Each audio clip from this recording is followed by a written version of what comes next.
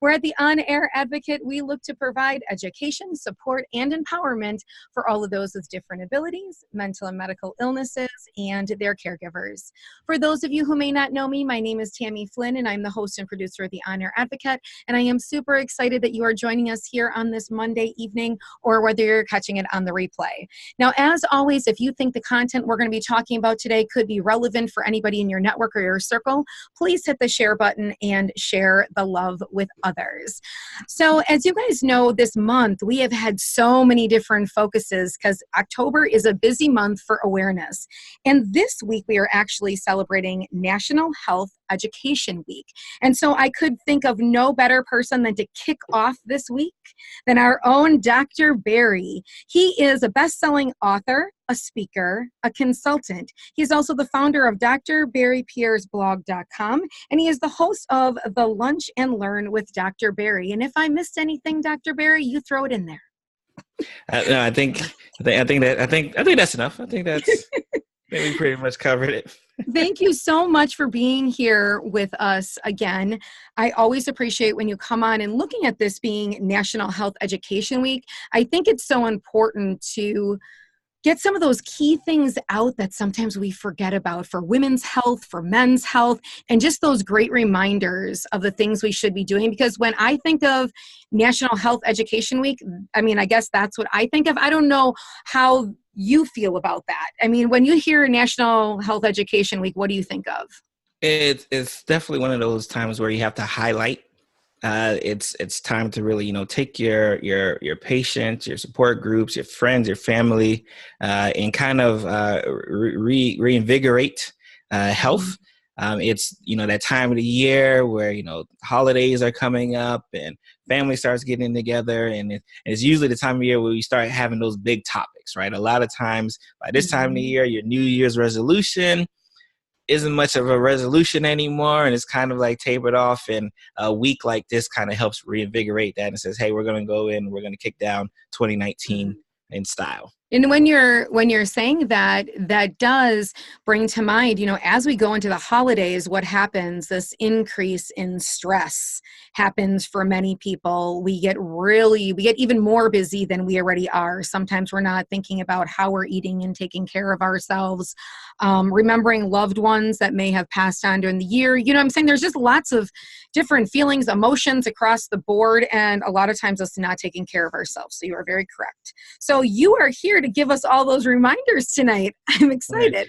Right. I'm glad I'm starting this week off. I'm gonna champion the men because if anyone needs re-education or reminders to take care of their health, it's definitely men.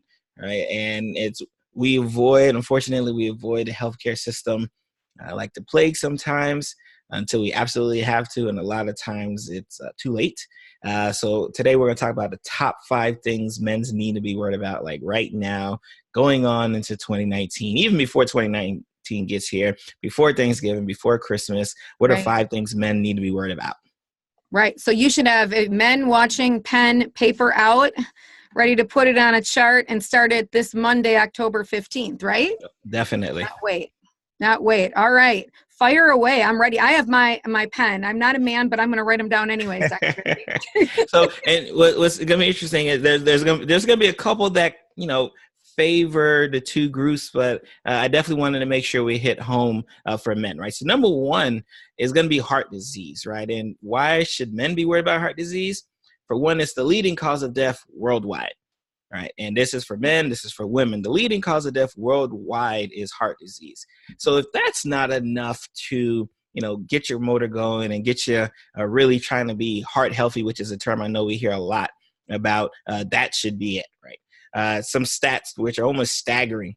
1 in 4 deaths worldwide due to heart disease. Half the men, and now we're just talking about men, half the men who die from heart disease have no symptoms whatsoever. And we could talk a little bit about the symptoms in regards to heart disease because it manifests in a lot of different ways. And I think this stat was even more staggering. I got this from the CDC. It says that 70 to 80% of sudden deaths are men. All right. So if in this country, if you are going to suddenly croak over more likely than not, you're going to be a male doing it. And more likely than not, it's going to be due to heart disease. Right. With that possibly may have no symptoms.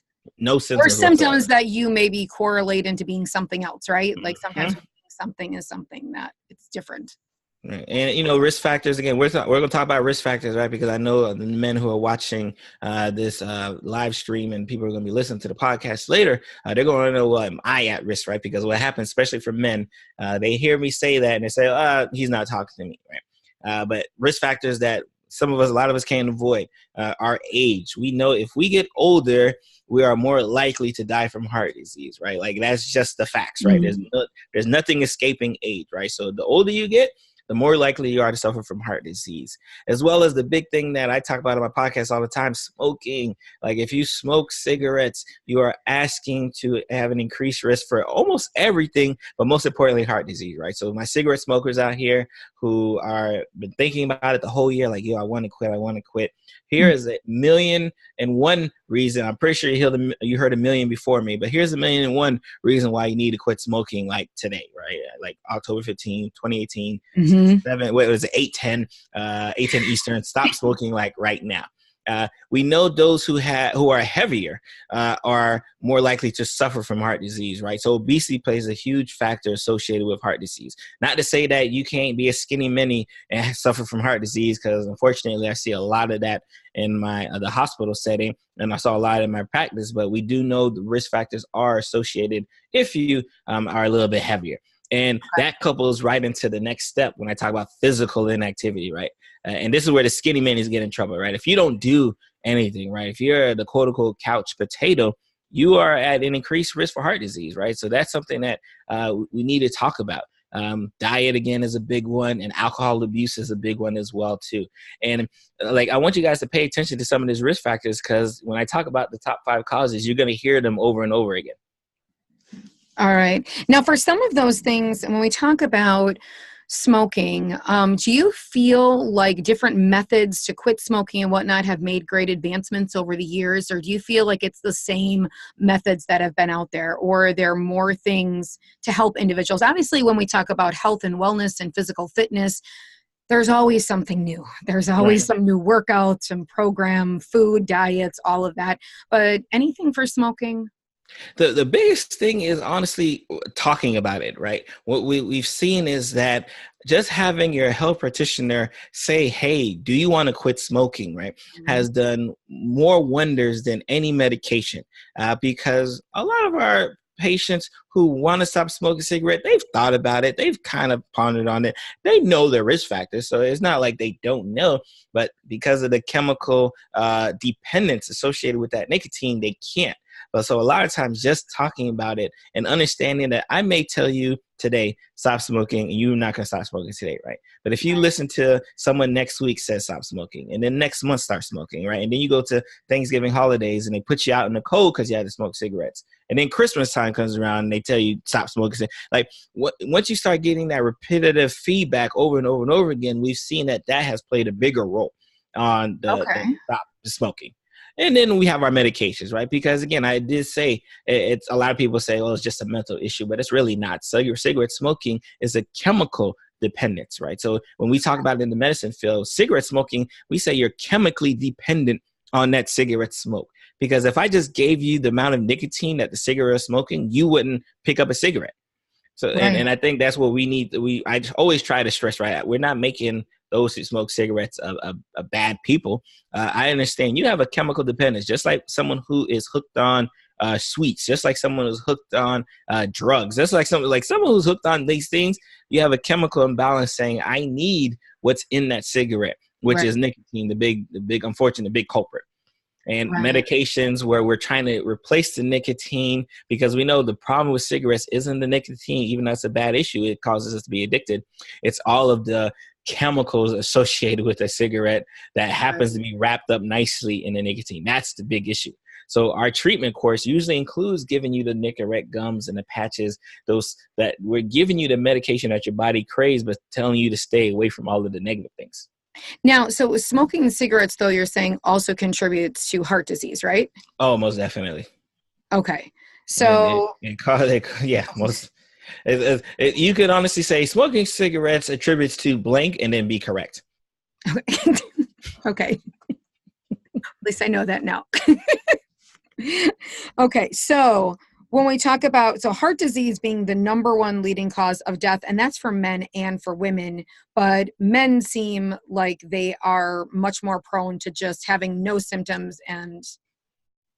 But if they are going to have symptoms, what is the symptom? So if they are going to have symptoms, their symptoms are going to be chest pain, shortness of breath. They tend to have a decreased physical activity where they used to be able to run a mile or walk a block, and all of a sudden they can't do that no more. So those are some of the key ones that kind of key us in and say, you know what, something may be going on. If all of a sudden you can't walk that block, if all of a sudden you have shortness of breath, if all of a sudden you have chest pain with very minimal exertion, or when I'm walking, my legs start hurting, they start cramping, because heart disease, when we talk about heart disease, we're also talking about vascular disease as well. So, and you got, vessels from the brain all the way down to the toes. I always tell people to think about, when you think about a heart attack, that is a vascular disease in the heart. But a stroke is a vascular disease in the brain. Those who, especially if you know people who have ever had an amputation, they usually have vascular disease in their extremities, right? So it all is under that same umbrella of heart disease. Okay. And then when we bridge it, because that seems like it's a huge one. So the good thing it's number one, but it seems huge. But I'm sure that the rest of these are also going to seem huge. Number two, and this is a big one, alcohol abuse. This is something that men, unfortunately, are suffering from at a much increased rate, with a lot of different factors associated with it. And some of our other top five will kind of encompass it. We know 25% of men report binge drinking, which is 5 times a month. More than 5 times a month, much more than women. We know men are 2 times more likely to admit to alcohol abuse than women. We know they have higher rates of deaths. We know they have higher rates of hospitalizations. And they are 2 times more likely, if we're talking about a fatal accident, to be intoxicated.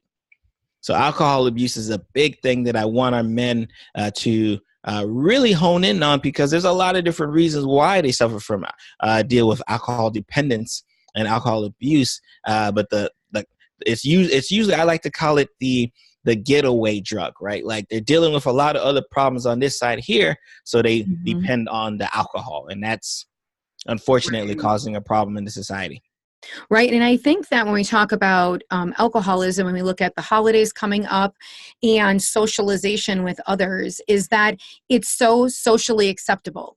It's almost as if you are alienated if you don't drink and if you don't partake. And what other drug in the world is like that? Right. You know what I'm saying? I mean, everything else that people do, people poo-poo on, like, oh, that's not good. That's not good. But, hey, we're going to go have a glass of wine. We're going to go to a wine vineyard, a vineyard. We're going to have, a cheese dinner with different bourbons, and we're going to have this.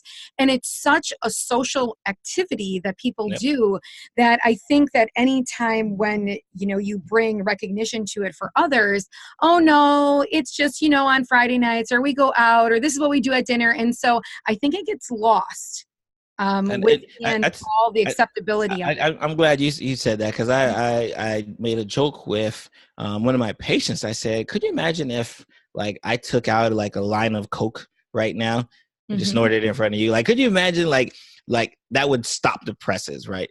But if I took out a small bottle of alcohol and we're still in the hospital and I took a sip, that some people oh, this guy drinking alcohol at work. Okay. And then keep it moving. It wouldn't stop the presses, right? And I think you hit it right on the head, because it's so socially acceptable that it's almost become the norm that you're abnormal if you don't drink alcohol. Right. And, for myself, I live in one of the drunkest states, I guess you'd say, in the United States. And so in the state of Wisconsin, literally, we tailgate for anything, for every sporting event, for everything that's going on. All the bars right now, because, the Brewers are in the playoffs for baseball. They're giving away free Miller Lite. They're giving away free beer. It is what we do here, we're all about the beer and all about the cheese. And I don't drink myself at all.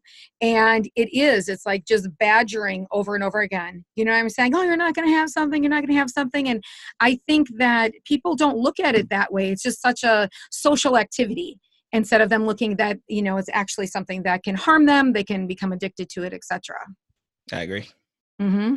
And what I always try to tell my men, because and a lot of times you'd be surprised, some of the ways I can get my men to kind of follow the directions when it comes to dealing with their medical issues is I say, alcohol abuse can affect sex drive. It can affect hormone production, and it can cause people to be impotent and infertile. So that's if you need another reason to, stop drinking alcohol, think about that one, right? Usually my men, I have to give a myriad of issues and myriad of reasons to get them to stop drinking. And I always like to slip that in there, especially if it causes any sexual dysfunction. Right. To bring more precedence to it for people to stop. But I definitely think that is the biggest issue. I have a whole campaign myself when it comes to the holidays and New Year's Eve and whatnot, because I think we just, especially in the state that I live in, I don't know that it's the same in Florida, but it's just so prevalent everywhere. I'm like, let's do that. Let's give everyone free beer while they're at the bar. Already. And they all tailgated for 4 hours beforehand. That's such a great idea. And then they all drive, so it's just, and again, that's where you start seeing it just kind of just pile on and pile on and pile on. And a lot of times, unfortunately, our men are the biggest culprit. Yes. Though I have been told from others that I guess women in Wisconsin can drink more than men. They're like proud of it, like in other states. And so I'm like, I don't know if that's something we should be proud of, because I feel like sometimes in other states, there's other types of outdoor activities. And I don't know if it's because we're a cold state in the Midwest. And it's already like 30 degrees outside. So everybody stays inside and that's what they do. But we definitely need to bring our families around to find other better pastimes than, just drinking and eating, probably. Oh, yes. Just thinking for health and heart disease. Let's go back to that, because all of that. It always ties in. All right. So number three. Number three is one that, really going to hit men home. And this is prostate cancer. This is one that is the second leading cause of death in men. Where we talked about heart disease being the leading cause of death in everybody. But if we want to really hit home on men, prostate cancer is the second leading cause in men. And it's so prevalent that 1 in 9 men will be diagnosed with prostate cancer in their lifetime, right? So this is not a disease that you're going to walk around and luckily skirt by, right? There's a good chance that you or someone will be diagnosed with prostate cancer. And it's interesting because there's been studies that shown that when we've done autopsies on patients, on men who died for other reasons, and when they've done and they biopsy the prostate, like, oh, hey, by the way, this person has prostate cancer. Like, it's been that prevalent that it may not be symptomatic, right? And we could talk a little bit about the symptoms. It may not be symptomatic, but it's so prevalent that it's not a shocker. And those who need to be worried, older men, we know age is a huge prevalence associated with prostate cancer. We know genetic history plays a big factor. You got a family history, your father, your grandfather, and this is important for the men. If you have family members, especially on the women's side, right, who have suffered from breast cancer and they've been diagnosed with the BRCA1 or BRCA2 genes, there has been some relationship associated with prostate cancer. So just because, the women may be suffering from breast cancer on your side does not mean you're immune from prostate cancer on your side. So that's something to be think about. For those the African-American men, right? We still don't know why, but there's extremely huge prevalence of prostate cancer associated with African-American men. Some people are relating it to possible diet, genetics. There's a whole. There's no answer to it yet. Really no answer to the reason. We just know a lot of African-American men get prostate cancer, and that's why we're actually much more aggressive when it comes to screening those patients, right? And screening is, usually a blood test, a PSA, which sometimes is normal, not normal, depending on, it doesn't have to mean cancer, even when it's normal. But if it's abnormal, there's a big concern there. Okay. Now, for prostate and getting checkups on that, are men, the way, because obviously this month we also celebrate, Breast Cancer Awareness Month. Are men supposed to be on a regular cycle to get checked for prostate, and how often is that? So men should be getting checked yearly, usually if we can get them to do their annual exams, usually on their annual exams, starting at the age of 40. And I say 40 if you're a very low risk patient. Like I talked about family history, I talked about race, I talked about the age. So if you have a low risk for likely having prostate cancer, we usually start at the age of 40. But I'll tell you, when I did outpatient medicine, I'd have my African-American patients, at 35, I'm checking, right? Because I don't want to wait 5 years and see that something I probably could have took care of when you were 35, right? So usually I start them earlier, and it is on an annual basis. Okay. So they should be doing that as well. Mm-hmm. At the age of 40. Okay. Any other signs that they should be watching for? The biggest thing, especially when we talk about the prostate and the location of prostate, for those who may know, it's kind of located right over in the pathway of the urethra. So for men who start having trouble urinating, right, whether it's I go to the bathroom and I thought I urinated everything, but 5 minutes later I go right back to the bathroom. That's because if the prostate gets so big due to cancer or just due to enlargement of the prostate, you can't urinate all the urine that's there. So you tend to have to go back frequently. And this is a very common symptom that we ask patients is, how often do you go to the bathroom at night? Because we know a male who has no issues with the prostate, no issues from an extractive standpoint, they should be able to go one time right before they go to bed and then not have to think about it. But if you're consistently having to wake up in the middle of the night to go to the bathroom, that means you're having a problem evacuating, right? And that's something we have to investigate. So definitely the urinary aspect of how often are you going? Are you going frequently at nighttime? Is it painful when you go? Is your stream normal, right? Does it start and stop? Does it take a while to start? All of these different urinary questions is in our bank when we're thinking about prostate cancer and just enlargement of prostate, but more particularly prostate cancer. Okay. All right. So to watch for that. Now, number 4. Number four is a big one, right? Number 4 is what causes a lot of doctor's appointments, right? And I've talked about this on my podcast before, right? Like 2 things get men in my office, right? Especially when I did outpatient medicine, right? 2 things got men in my office, right? A significant other or a family member saying, you're going to the doctor's office, you're getting a checkup, you're getting that look, some significant other, some family member, some wife, boyfriend, girlfriend, somebody saying, hey, you need to get this check like right now. That's 1. Number 2, and honestly, probably the most important thing is sexual dysfunction, right? So impotence is a big issue, or quote unquote erectile dysfunction, right? Is a big issue and concern when it comes to men. And I can tell you, it is a driving force to get somebody in my office.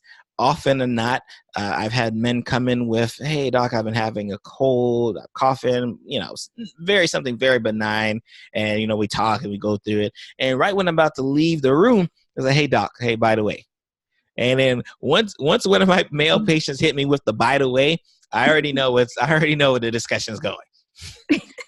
So you feel like a lot of times that they make other reasons why they're coming in, and then they want to have that discussion. Most definitely. Most definitely, because the embarrassment, which, and I tell my patients all the time, when it comes to your health, your pride should leave, right? Don't bring your health and the importance of your health with your pride, right? But that pride is there, and they're embarrassed, right? They're embarrassed to talk about not being able to perform and not being able to have these issues of sexual dysfunction. They're embarrassed, so they don't like to talk about it, right? So they like to sneak in, to the point where, especially I used to have with my medical assistant, Ina, she was my former medical assistant. They wouldn't tell her, right? So she said, hey, what are you doing here for? She said, oh, I'm just, here to talk to the doctor. And so she already kind of knew what was going on. She said, oh, okay. She'd write a little, and then she'd put like a little earmark for me to kind of think about, like, hey, ask the more in-depth questions, because they didn't really want to talk to me.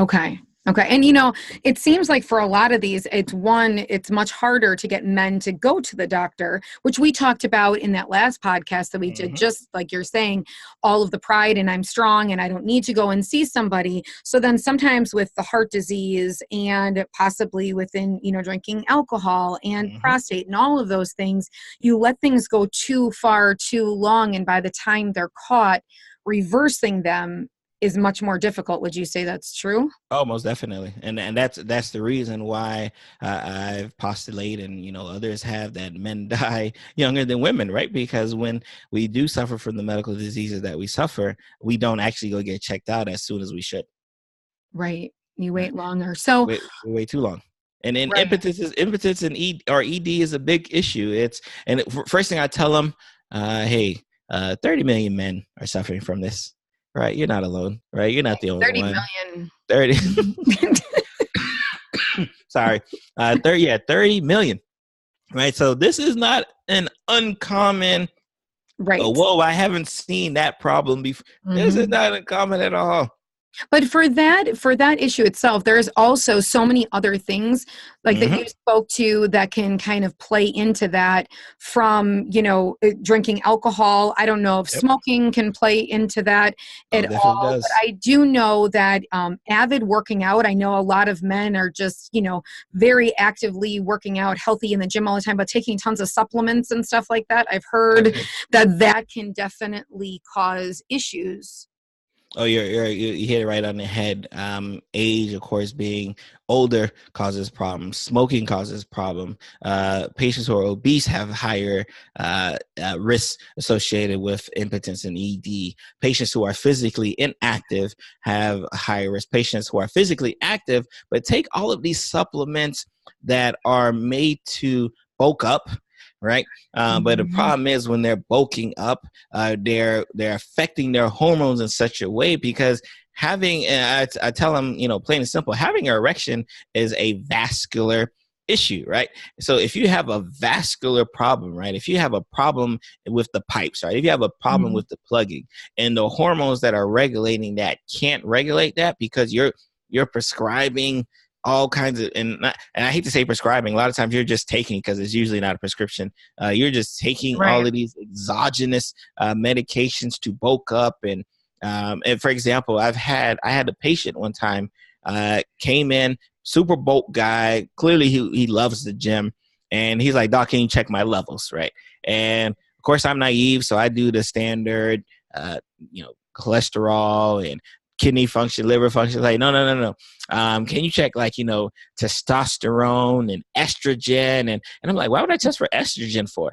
And he was like, well, I'm taking this medication that, like, for the listeners, the medication that he was taking is medications that we give breast cancer patients, right? They're hormone blockers, right?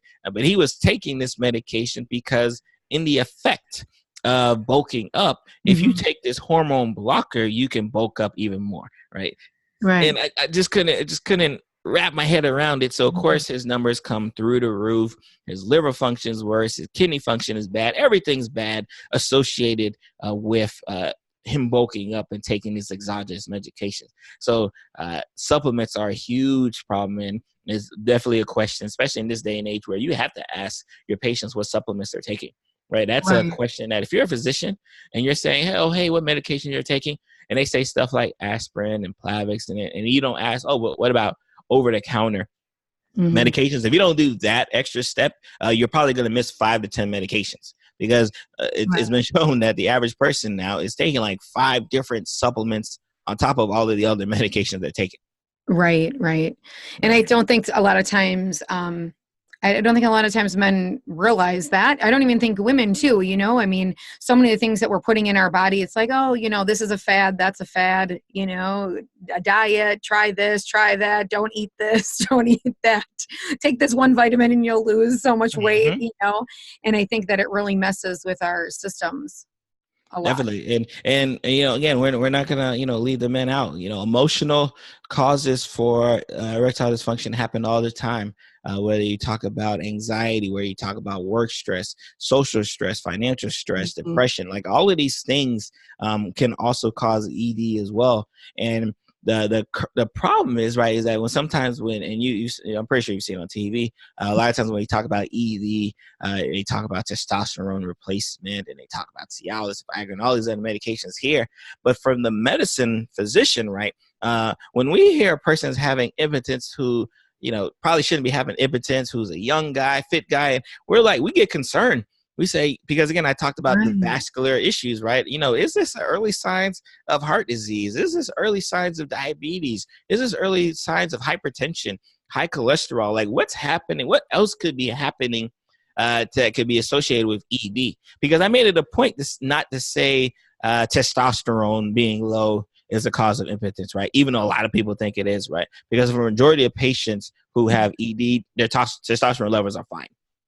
Okay. It's all those other factors. Mm-hmm. Okay. And number 5, Number 5 is, last but not least, and I don't think, we wouldn't be on this show if we didn't hit home the mental health aspect. And depression, suicide, especially with the holidays coming up, is something that I really want the men who are listening and watching to really be concerned about, really be thinking about. I want the family members to really be thinking about, really be concerned about, because when we talk about depression, some of the biggest issues in men is we don't express it. Right. We don't express it like when you hear depression, right? When you hear depression and you think about depression in women, they're melancholy, they're sad, they're apathetic, they're not really wanting to do any work and activity. But in men, this is how men unfortunately deal with their depression, right? They get anger, right? So anger is a concern, right? Aggression, they become much more aggressive when they get depressed, right? They start getting burnt out at work, right? They don't want to go to work. They hate work. They hate everything about work. They start doing stuff like having midlife crisis. They start doing all these risky behaviors. And the big one, which of course we have to talk about, alcohol, substance abuse, right? All is the gateway exit, right, for men who are depressed. And the problem is men have not learned and are not willing, unfortunately, to talk about their feelings, to talk about their concerns, to talk about their willingness to seek help. So they say, you know what, I'm not going to talk about my feelings, but I'm going to get angry. Right. And I'm gonna take it out on you. Right. I'm gonna that's where domestic violence comes in. Right. That's where all of these issues come in, because they're sad, but they don't know how to say they're sad, or they won't say they're sad. So they take it out on everyone else who will be affected, because they want to still keep up that machismo associated with their societal standards. And because of that, that's when we get the alcoholic. That's when we get the smoker, the drug, not even really smoker, the drug abuser. That's when we get these midlife crises, and they're doing really crazy behavioral things that they shouldn't be doing. We get all of those factors when they're depressed. Right. And then, unfortunately, depression leads to suicide. We know men are 3.5 times more likely than women to commit suicide. And white men, right? So again, this is, and what's interesting is that in medicine, there's not a lot of things that really affect white men more than suicide, right? White men, when it comes to suicide, right, accounted for 7 out of 10 deaths in 2017, right? 7 out of 10. With firearms being over half of the reason why the cause of death was concerned. So, we really have some definitely mental health concerns that we have to talk about, especially when it comes to the holidays. They're going to be dealing with the biggest environmental stressors. I always tell us, imagine, your society is telling you that you're supposed to take care of your family. You're supposed to be financially strong. You're supposed to have 1 million women, and the holidays come around, you got none of that. Right? Like January came and you said, I'm going to do all of this. Holidays come around, none of that's happening, right? You're lonely. You don't have a significant other.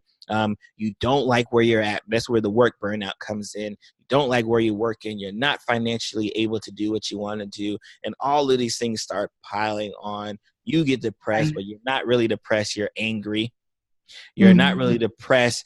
You're aggressive. You're not really depressed. You just hit women, right? You're not really depressed, right? You do these crazy behavioral things, right? You're not really depressed, right? And I've had patients all the time will say, "Oh, I'm not depressed, doc. I'm not depressed. I'm just this. I'm just that." And they dance around it because that word is such a huge connotation against it. Right, right. It has so much stigma around it too, and they utilize other things to say that it's one thing when it's really the other thing. And I know that, it's the 10th leading cause of Yep, death in the definitely. United States is from suicide. That's men and women combined, but men are more likely to commit suicide, and you are very correct, white men. And statistically, it's very interesting, like you were saying, when you look at just the different health conditions, different mental statuses that affect one race more than the other, and wondering why. And hopefully over time, in research, there'll be something that will start to figure that out. But I think when we talk about mental health as a whole, it's more that we have to just start talking about it and know that it's okay to not be okay, and know that we can openly have that conversation. And I think it's hard enough for women. So, I think we talked about on our last segment, how do you break down that barrier? How do you make men feel comfortable to come forward with their sadness? Instead of it being identified as something else. Oh, this guy has just a drinking problem, or maybe he did a little too much of this, or, or he has anger issues, and really identifying it for people to get the treatment that they need. How do we change that? It's such a factorial issue. From a societal standpoint, we have to do two things, right? We have to first allow it to be okay to be sad, right? Allow it to be okay to be hurt. Allow it to be okay, right? And then because we live, unfortunately, in this misogynistic society, right? That calls those quote unquote female traits, right? This is what they call it. They call it female traits to want to express your feelings, right? They call it female traits to want to talk about what's problems, right? They call it female traits. So we have to eliminate that, right? We have to eliminate the feminization of these types of things, because when we say it's this ladylike, right? For some reason, that's deemed weak. Right, like why is being ladylike being weak, right? So again, so that's a multi-step factor just in and itself. But if you have a friend and family member, and you talk to them and you understand, that something just isn't right, a lot of times just letting them know you're there whenever they want to talk, right? Because you can't really just come out and say, talk to me, because they're not going to talk to you, right? And then consistently reminding them, like, hey, I'm here. If you want to talk, I'm here. Let me know, right? Hey, we can get a beer and talk about it, right? That's where it's so prevalent that you have to try to find ways to just get that person to open up. And a lot of times, especially for men, not to say women don't have these issues too, right? But in particular, men, they built such a wall around them that it's going to take a while to kind of break that down. But it's going to be difficult to break that down if they turn on that TV, right? And someone's calling them a girl for crying, right? Someone's calling, and we do this. I actually did a video vlog on this, right? Where, we can't tell boys to man up, right? Because those are negative connotations, right? You're saying that everything they don't do, and usually when we're telling them to man up, it's because they're doing something that you think only women, right, are allowed to do, right? So we can't do that. So we start so early in this restricting of expression in men that if it doesn't start there, there's no way they're going to tell you that they're sad and they're envious and their anger. And they're not going to tell you any of that by the time they get 18, right? They done heard 18 years of you saying, suck it up, don't cry, don't whip out, don't. And so that's why society is such a huge concern. And if we don't change that as a global whole, we're going to have a problems, right? And that's why we talk about mental health so much now. A lot of people think, oh, all you guys do is talk, and especially me, I hear it all the time. Dr. Barry, all you do is talk about mental health. Why talk about mental health? Because if you don't, all of these problems will arise, not can arise, will arise if your mental health isn't ready. Right. One of our, it was called the Out of the Darkness Walk, was yesterday here in the Milwaukee area. And one of the spokeswomen said something, and she said, our physical health has to be just as important as our mental health, and our mental health as important as our physical health. So if we have to go once a year for these checkups for our physical health, and everyone needs to be watching these different, our heart and our kidneys and our lungs, and as we age and are, having breast checkups and all of that kind of stuff, all of those things mentally should be just as important for us to be getting checked up on, and people starting to realize that they need a mental health check, too. And I do find when we talk about our friends and stuff, I mean, how often do you actually open up and say to one of your friends, you kind of really like call them on the carpet? We don't. A lot of times we sweep it under the rug. Oh, they broke up with the boyfriend. Oh, they're sad. Oh, they're this. Oh, they're that. But do we really ever say, you know what? I really think you're depressed. I really think you need to go to a doctor. I really think that you need to talk to someone. We don't. And I know they've started a lot of those hotlines now that you can just like text into, call into, where it's anonymous and talk to people. And those are great because it takes away some of the barrier that a lot of people run into, just that fear of looking someone in the eye and saying, "Hey, I'm sad. I'm depressed. I'm weak. I don't know what to do with myself." Right. So it does a lot of good just to be able to have that. Right. So again, when you see people post out, suicide hotlines and everything else, and you say, "Oh, that's not doing anything," you'll be surprised. Like 1,000 people could see it, and maybe one person's like, "You know what? I'm going to call that number." And that's really what it takes, right? It takes one person to say, "You know what? I'm going to make that leap," and then 5 people make that leap, and then 10 people make that leap, and it's going to be a process. I think I'm glad that now, especially in society where we talk about mental health. They say ad nauseum, but we don't talk about it enough, unfortunately. And we're putting it out there, and we're okay with putting it out there, right? We're okay with talking about the need to look in. As a physician, right? As a physician, you Google physician burnout, and boom, boom, it's a whole slew of articles are going to start popping out now, right? Because they're noticing, like, wow, like physicians are committing suicide a lot, right? And that breaks your psyche, right? It's one of those things where when we hear about suicide that occurs with a celebrity, right? A lot of the biggest shock that associated with it is that a lot of people feel like the reason why you're depressed because you have no money, right? And you have no, access. And then you see someone with money, with access, with fame, still commit suicide. And you're like, whoa, like if that person commits suicide. Right. Yeah. So it's, and that tells you the mental health does not care how much you bring home. Right. Mental health that it may be a factor, but it does not cause how much it does not care. If your mental is not ready, you're not talking to who you need to talk to, and you're not expressing the feelings that you need to express, like those things will occur. Yes. And last month we did kind of a mental health series for about 2 weeks or so. And one of the things that was brought up is that in some states, not here directly in my state, but I know in some other states, they've started actually in their school curriculum for high school and whatnot, that they actually have different sections of teaching for the whole year long on mental health and mental health awareness. And so the one that I found is in New York City that they had started that. So I don't know if there's different, what they called, like charter areas, to see what works and then to integrate it. But I think it needs to start from there too, because, if we don't start talking about it, and I can see just how prevalent it is for kids now, whether it's because people have, bullying activities in school, sadness at home, whatever it may be, from kids, taking their lives to the cutting and whatnot. I mean, it just seems astronomical when I look at my kids and how much more, like as the years went on, that I heard that these things were happening in school. And so I think that's the first place that we need to start too, is in our schools. Start it early. Yeah. Early. Especially with kids, if you think about it, right, when you were in school, if something happened at school and, school let out, you at least went home and didn't really have to hear about it, think about it, see it for at least 8 to, 24 hours or however long it took you to get back to school.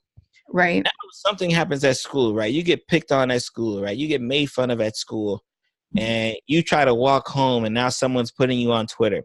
Someone's putting you on Facebook. Someone's putting you on Snapchat.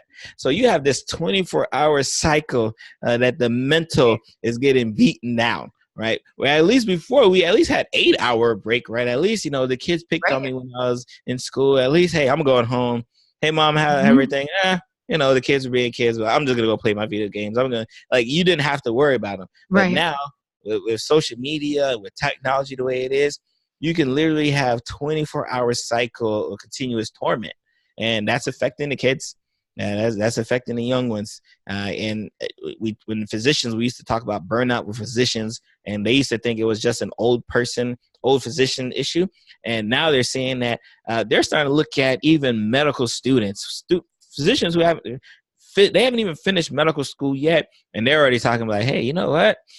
I'm not sure if this career is for me anymore. Right? They're already talking about burnout, and they haven't even started residency. Right? So it's real, and I definitely commend a program like that starts getting them early, getting them in high school.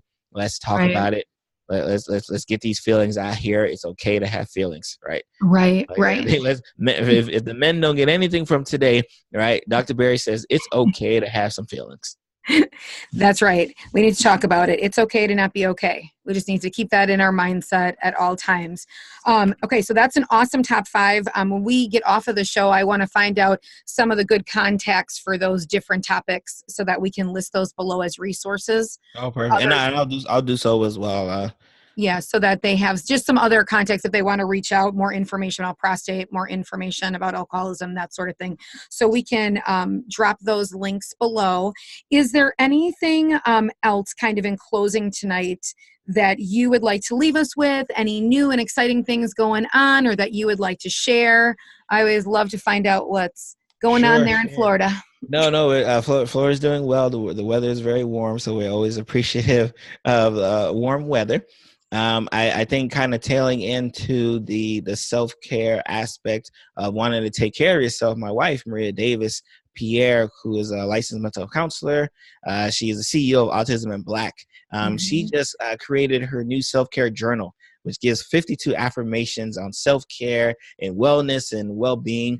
So if not anything, right? Like if you're feeling depressed, you're feeling concerns, and you're watching this male or female, pick out her self-care journal. It's on Amazon. It's on her website as well. We'll put the link below in the comments as well, so you can pick that up as well. So, be self-care. Remember, it's okay to not be okay. And, there's plenty of help out there. Yes, and I think I see it. It's in the background. It's like a backdrop for you. Is that her new book behind? You can't see my finger. Yes. Oh, yes, it is. Right there. I got it right. It's a very tranquil cover. So definitely. We're going to drop that below. And I thank you, Dr. Berry, for all of this amazing content tonight and being with us in celebration of that National Health Education Week, and look forward to having you on again. So with all of that, you guys, thank you for joining us this evening. If you would like any more information about our services over here at the On Air Advocate, just head on over to onairadvocate.com. If you'd like to become a part of our private community, head up to the top of this Facebook page, hit the blue button, and that will request you into our private Facebook group. And on that note, God bless, and you guys have a great night. Bye-bye.